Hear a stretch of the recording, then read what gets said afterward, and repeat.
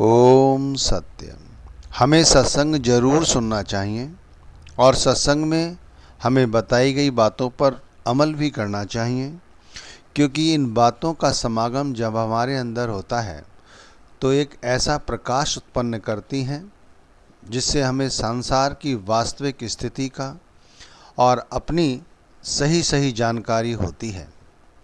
गोस्वामी तुलसीदास द्वारा रचित महाकाव्य रामचरितमानस में एक चौपाई में उन्होंने कहा है कि तात स्वर्ग अपवर्ग सुख धरहि तुला एक अंग, तात स्वर्ग अपवर्ग सुख धरहि तुला एक अंग, तूल न ताहि सकल मिल जो सुख लब सत्संग। आप कहते हैं कि यदि तराजू के एक पड़ले में संसार के समस्त सुखों को रख दिया जाए और दूसरे पड़ले में यदि एक पल के सत्संग को रख दिया जाए तो भी वो पड़ला हमारा भारी रहेगा। संसार का सारा सुख, सारी सुविधाएं उस सत्संग की बराबरी नहीं कर सकती। अब आप सोचिए ये महाकाव्य कितना पुराना है जिसके अंदर उन्होंने चौपाई लिखी। उनका अपना एक एक्सपीरियंस होगा, उनका अपना एक रियलाइजेशन होगा, इसीलिए उन्होंने हमें बताया है कि हमें हर हालत में सत्संग सुनना चाहिए, क्योंकि सत्संग के माध्यम से हमें अपनी जानकारी होती है, हमें पता चलता है कि सच क्या है और झूठ क्या है। हम आम तौर पर झूठ की ही चादर ओढ़े रहते हैं सारी उम्र, और इस चादर के ओढ़े हुए ही हम यहाँ से चले जाते हैं।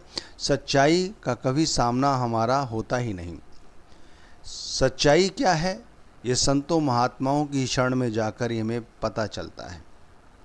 और जब संत के सत्संग की बात आती है, यदि हमसे कोई कहता भी है तो हम उन्हें समझाने का खुद प्रयास करने लगते हैं कि हम तो पहले से ही सब कुछ जानते हैं, हमें ये सब कुछ जानने की कोई ज़रूरत नहीं।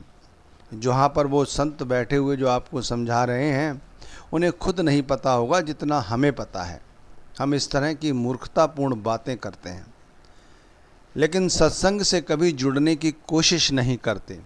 ध्यान रखना, सत्संग एक ऐसा सुगंधित फूल है, जब हम इसके साथ जुड़ जाते हैं तब हमारे अंदर से वो खुशबू, वो ज्ञान और वो अंधकार के ऊपर प्राप्त की गई हमारी विजय हमारे को इस तरह से आनंदित कर देती है कि जीवन के हर दुख, हर सुख के साथ हम कभी भी लिप्त नहीं होते और परमात्मा के साथ हमेशा जुड़े रहते हैं।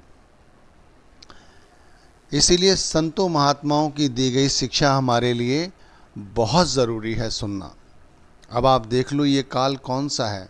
ये काल एक ऐसा काल है जिसके अंदर अब कहाँ सत्संग हो पा रहे हैं। लोगों को इकट्ठा होकर अब सत्संग की चर्चा नहीं की जाती। तो हमारे सामने कौन सा माध्यम है कि हम सत्संग सुन सकें। हमारे पास एक इलेक्ट्रॉनिक माध्यम है जिसके साथ हम जुड़कर सत्य की बातें सुन सकते हैं।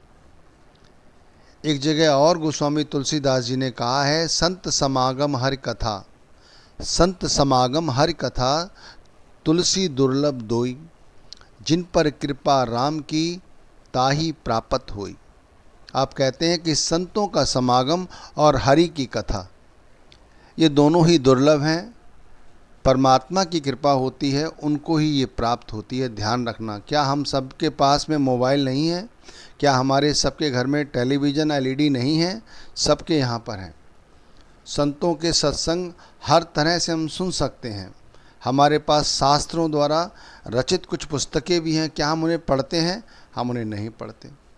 या हमने कभी पहले सत्संग जो सुने हैं, क्या हम उनका अनुमोदन करते हैं, उनका अनुसरण करते हैं, उनको अमल करके उन पर चलने की कोशिश करते हैं? नहीं करते। इसीलिए जैसे भी हो हमें सत्संग सुनना चाहिए। सत्य के साथ जुड़े रहकर हम हमेशा ही सुगंधित रहते हैं। ध्यान रखिए, प्रफुल्लित रहते हैं, परमात्मा के अंग संग रहते हैं, या परमात्मा हमारे अंग संग रहता है, आप ऐसे भी कह सकते हैं। परमात्मा की याद आए, सद्गुरु की याद आए, उनके नाम का सिमरन चले हमारे अंतःकरण में, तो ये कहा जाता है, यही परमात्मा का अंग संग होना कहा जाता है, और कुछ नहीं है। ध्यान रखना, लोग सोचते हैं कि परमात्मा का अंग संग होना कोई और बड़ी चीज़ है, और बड़ी चीज़ नहीं है।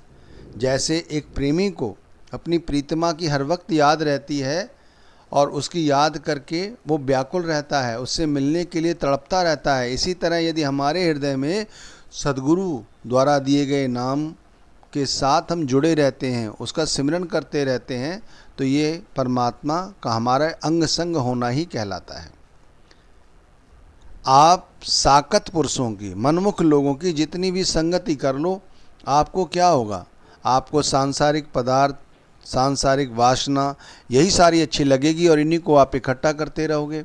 लेकिन इनको इकट्ठा चाहे जितनी भी कर लो, क्या आपको कभी सुख मिलेगा, शांति मिलेगी, तृप्ति होगी? कभी नहीं होगी। आपके अंदर कभी वैराग्य जागृत होगा? नहीं होगा। भक्ति जागृत होगी? नहीं होगी। प्रेम जागृत होगा? नहीं होगा। जितना आपके पास धन आएगा उतना आपके पास अहंकार बढ़ेगा।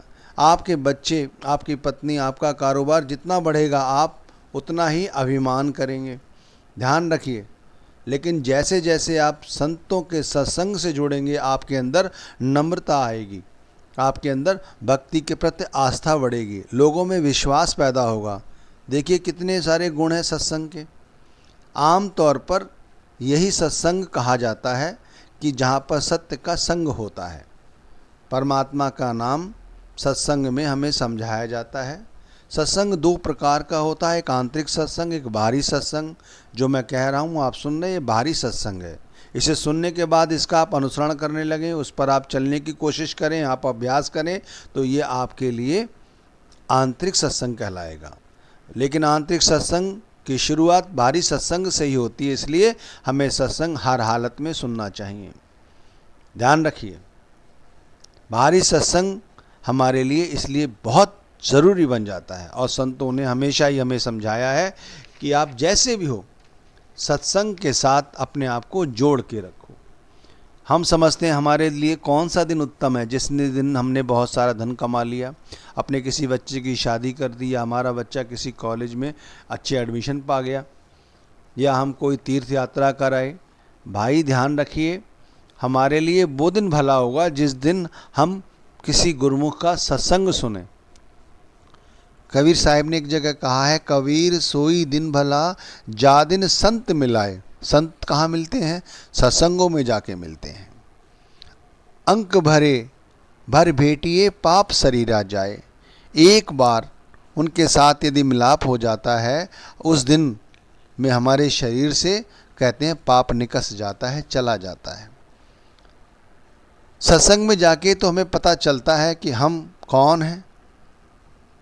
हम उस परमात्मा के यहाँ से आए हैं इस मृत्युलोक में। हमारी तरह ही जितने हमारे सामने मनुष्य दिखाई देते हैं वो भी उस परमात्मा के यहाँ से आए हैं, उनमें हम में कोई भिन्न भेद नहीं है। हमारे अच्छे कर्म थे, पुण्य कर्म थे, तभी तो हमें मनुष्य रूप में परमात्मा ने यहाँ भेजा है। हमें इसलिए यहाँ भेजा है कि हम दोबारा से जब यहाँ से जाएं तो फिर हम यहाँ से कभी ना लौट के आएँ, क्योंकि यहाँ पर माया है। माया ने हमारे को इस कदर जकड़ रखा है कि हमें संसार की माया सच जान पड़ती है, परमात्मा की हमें सोझी नहीं आती, समझ नहीं आती। सच से हम हमेशा ही दूर रहते हैं, और वो सच का अनुभव हमें सत्संग से होता है। जब हम किसी गुरुमुख की शरण लेते हैं, सत्संग सुनते हैं, तब पता चलता है कि ये जो सब कुछ है ये माया है, और इस माया से हम तभी दूर हो सकते हैं जब सत्संग के माध्यम से किसी पूर्ण संत सद्गुरु की हमें शरण मिल जाए, यानी वो हमें नाम की दान दे के हमें नाम रूपी चश्मा लगा दे, या हाथ में नाम की हमारे को एक छड़ी दे दे।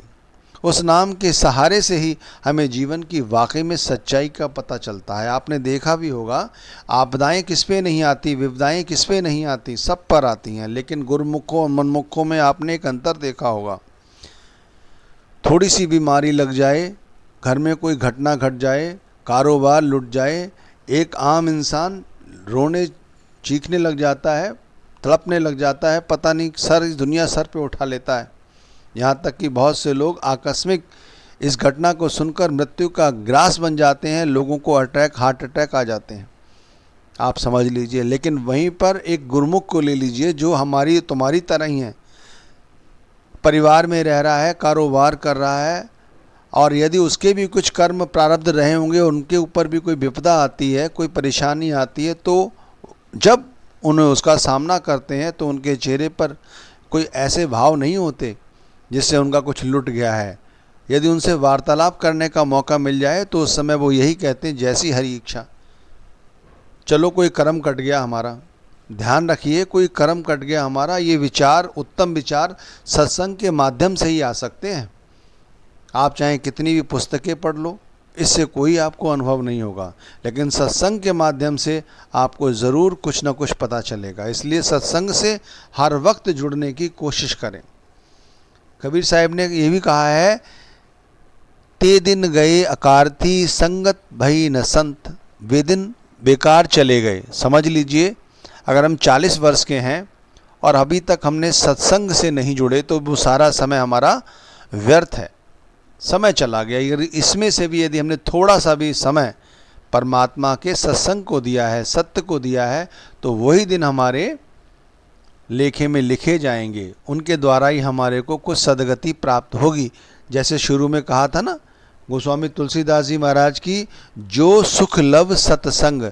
सुख लव मानी, लव मानी कि छोटे से समय का भी सत्संग यदि एक पड़ले में रख दिया जाए तो दूसरा पड़ला कभी भी उसकी बराबरी नहीं कर सकता।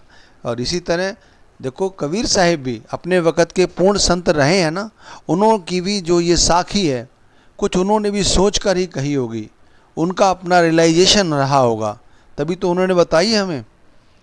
कह रहे हैं, ते दिन गए अकार थी, वो दिन बेकार हो गए, चले गए। संगत भई न संत, किसी संत की संगति नहीं हुई। यानी कोई दिन बेकार चला गया जिस दिन हमने सत्संग नहीं सुना। ध्यान रखिए, कितनी बड़ी बात उन्होंने समझाई है हमें।